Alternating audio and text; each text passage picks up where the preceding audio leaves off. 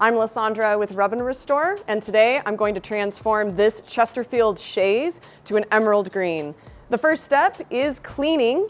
This is an absorbent leather, as you will see, and therefore it should only be cleaned with alcohol. I'm using 70% rubbing alcohol, so I'm going to start with all these tufts, these recessed tufts and buttons. I'm going to get in those nooks and crannies and then work on broader areas. Final step in cleaning is tape testing. This is blue painter's tape. I'm going to tear off a piece and press it on. It should really firmly adhere to all these edges. It shouldn't be curling up, and I should, if after I'm pressing it on, I should have to really pry it off with a fingernail. So as you can see, much of the leather still has this really nice sheen to it, but this section, which is more worn, looks much duller, and it's an absorbent leather. It's going to drink up whatever we put on it, but this area is going to drink up a lot more, and the most cost-effective way and the best result to address that is to primer this first. Normally I would do a mix of color and clear. I'll do that for the rest of the piece, but for this particularly worn dull spot, I'm just going to do a coat of clear to get us going. So I've got a damp sponge, and I'm just going to squirt quite a bit on and just work quickly, and of course starting again in these tufted, these recessed buttons, and then graduating to the broader areas.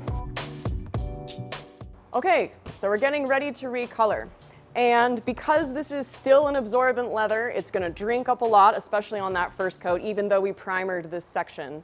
I'm going to take our color, which gets great coverage and can usually color change in just 2 to 3 coats.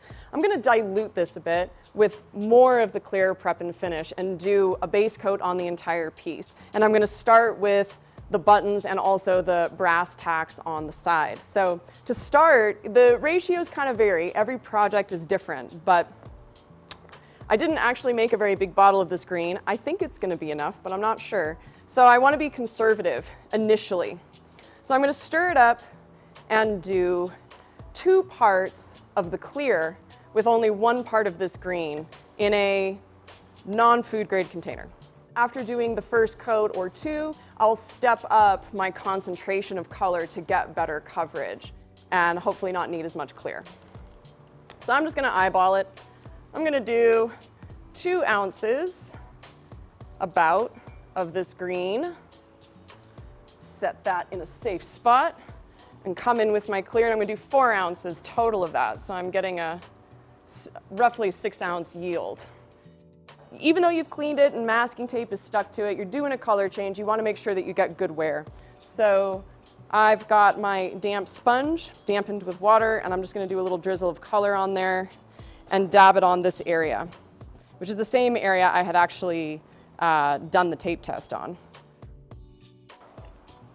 And that's dry, maybe put a second coat on, maybe even do a pure coat of color, just to be safe before we invest all this time and labor. So you can see the pure color gets incredible coverage compared to the glaze mixture with clear in there. Okay, so the color is dry, but it's not cured. It might take weeks to cure depending on the temperature and the humidity, but I still just want to see that it's gonna wear well on this leather. So I'm gonna try to pinch it and stress it and maybe scuff it with my nails, and that looks pretty good.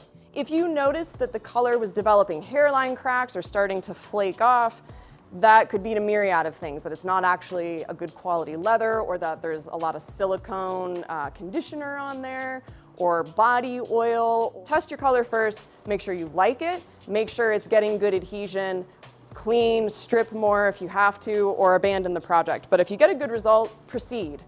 And I'm gonna start with my brush on all the buttons, and then use my sponge on the broader areas.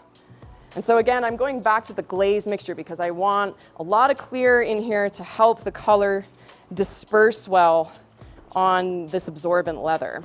And I'm not going to get great coverage. I'm going to have to come back and do a second coat, but that's okay. I'm going to get a better result. Wick excess color from the buttons. You don't really want color pooling anywhere. Still using a glaze mixture. And now I'm going to do some of the broader areas.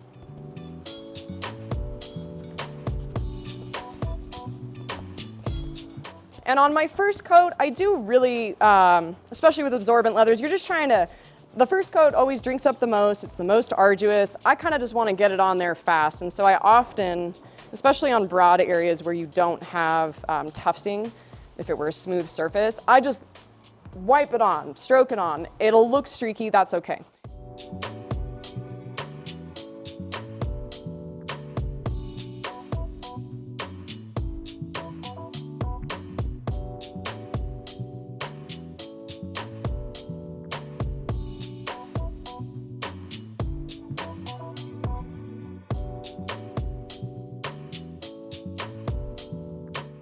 So pretty amazing.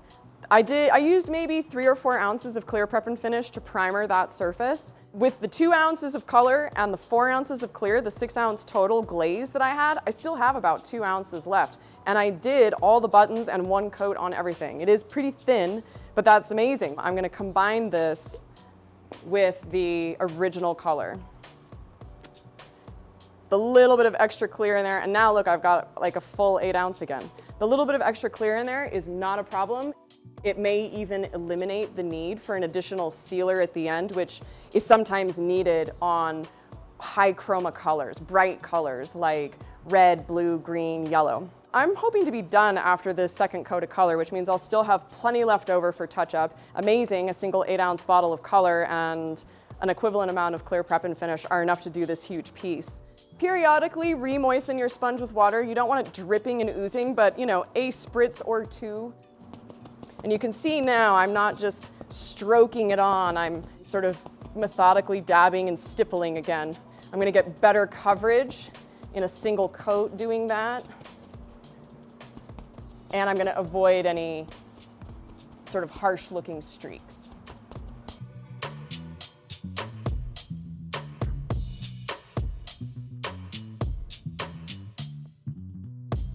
And now we're going to burnish these buttons. I've taken equal parts eggplant and forest colors to make a unique kind of bluer purple color that I'm gonna use. The easiest way to apply this would actually be with a spray gun, just, you know, each one. But if you don't wanna deal with that kind of equipment, not a big deal. We're gonna do the same thing that I demonstrated before using a paintbrush. And I'm just gonna lay it on the button and kind of trace any deep creases. And then before it begins to dry, I cut a sponge in half to make nice little wedges. And I'm gonna use one to kind of feather it out, make it not so bold and harsh.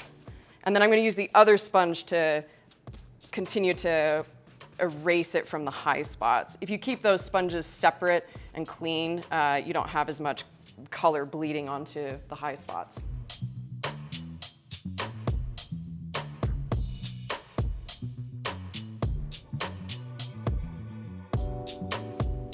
Bright primary, secondary colors sometimes can have color transference to fabric, which is called crocking. And the way to test for it is just to buff the dried color with a dry rag.